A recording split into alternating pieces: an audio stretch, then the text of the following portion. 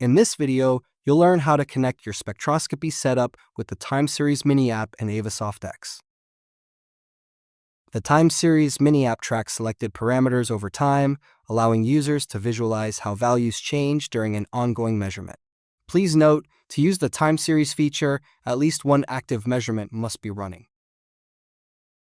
Click Import Data from Other Features, located at the top left of the screen. From the drop-down menu, select the mini app in which the desired parameters are being calculated.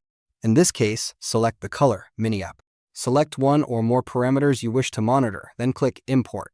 The TimeSeries graph will display the real-time change of the imported parameters. The value of the first parameter on the list is shown on the left y-axis. The value of the additional parameters will appear on the right y-axis. Thanks for watching this video. In need of more information or support, visit our website or contact us directly.